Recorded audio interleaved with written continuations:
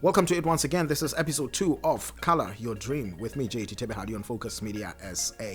We have a responsibility to cover our own dream. I know that word responsibility sounds very hard, but you get to understand as we continue that it's really not such a hard thing.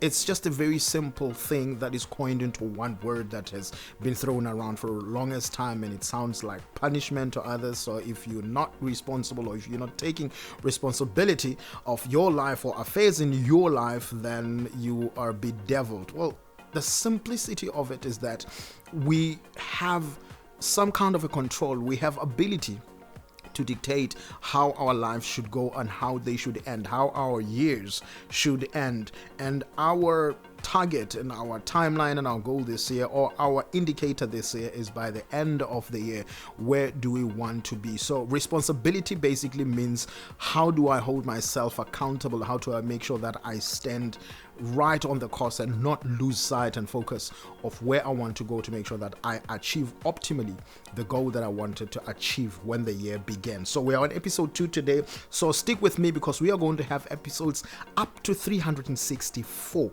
episodes, because I was already late for the first episode, which is on the 1st of January. Well, the reason is that it was a holiday, so I decided to take a holiday as well. But on the second day I took up to it, and every day I'm going to be feeding this channel with these pointers. And today I want to go into the reasons that some of us are going to be slipping into depression, either in June or at the end of the year. The reasons why others are not going to be slipping into depression, and the difference is going to be one thing. The one thing is taking control and refusing to go that route.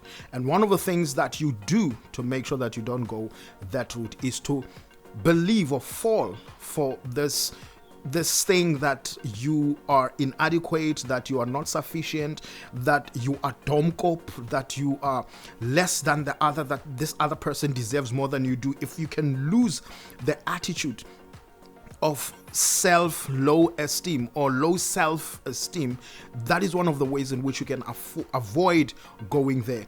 Every one of us, I know for a fact that I also deserve to be happy. I also deserve to acquire things that I wish for, things that I have prayed for. I also deserve to be relaxed. I deserve good health. I deserve to eat well. I deserve happy surroundings. I deserve happy friends around me. I deserve an environment that is nurturing, that is growing, that is fulfilling. I deserve the environment that looks after me.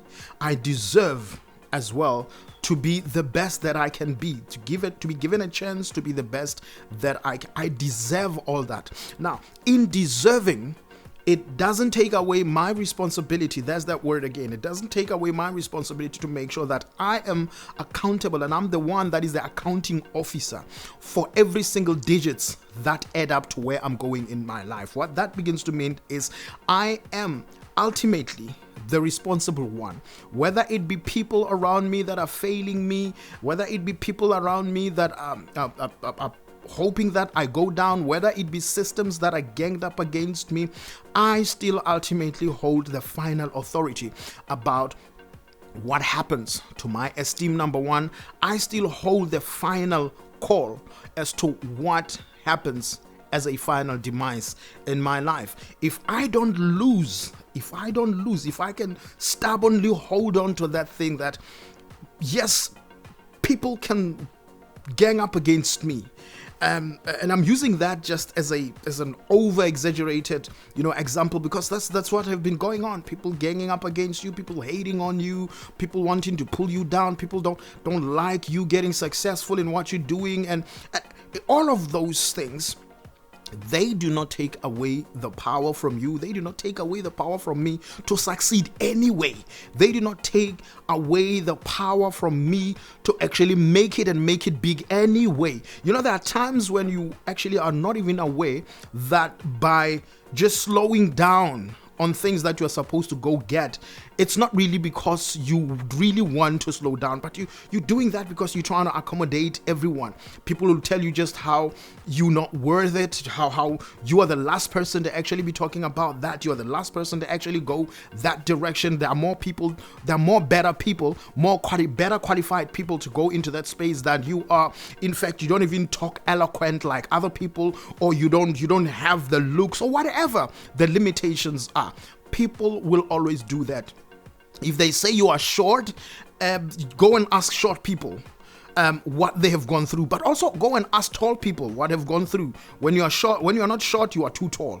When you are not too tall, you are too short. When you are average, well, you are average, and we don't want average. We want tall people, we want short people. So the systems will always be there. They will just always be there wherever you go. What you have to do is to not allow yourself to be dictated to by the systems. If the system rejects you, create a system that will qualify you. Let's say that again.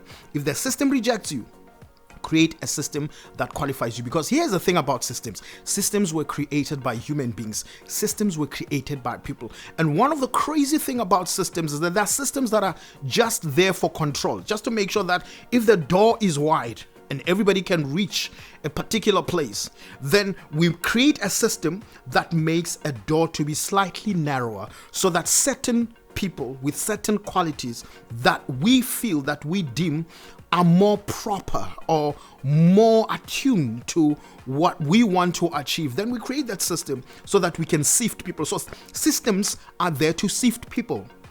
Create a system that will not sift you out, but the system that will sift you in, and create a system that is going to be conducive. And someone's going to say, well, we cannot go all around and create systems and stuff like that. I say you can. You can create your own system. And if anybody tells you otherwise, they are only trying to feed into that limitation that you cannot do it. There are already systems there, and you can only comply with these particular systems. And having said that, I must hasten before I just shut it down so that we don't get it all crossed up. I'm not saying that go out and cause disorder and move away from systems that are good, that are in place, that are creating harmony. Don't go and try to dismantle systems that work. You can create systems without making a discomfort against other people. You can create a system without hurting anybody. You can create a system without causing chaos. This is not about addressing people. This is not about people. This is about you. This is about me. This is about where I want to go. This is where about where you want to go. Everybody wants to go somewhere. And here is the thing. In the race, there'll be people who just stretch their feet or their legs sideways just to trip others.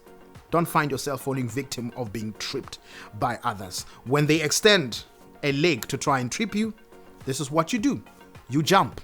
And that's what you're going to have to do every single day of your life. And by March, by June, by September, you must have timelines that show you if you're making progress, in as far as making sure that you don't fall victim to slipping into unnecessary depression because someone or some people or some system has actually made you to feel that you are less than another person, because you are never less than another person. You might have been placed in a situation where you might have been placed in a geographical area that you are placed in where already you are starting from the back foot. It doesn't help you to stay there and complain. Do everything in your powers to get out of the environment that is limiting, that is disadvantaging you. You can do it.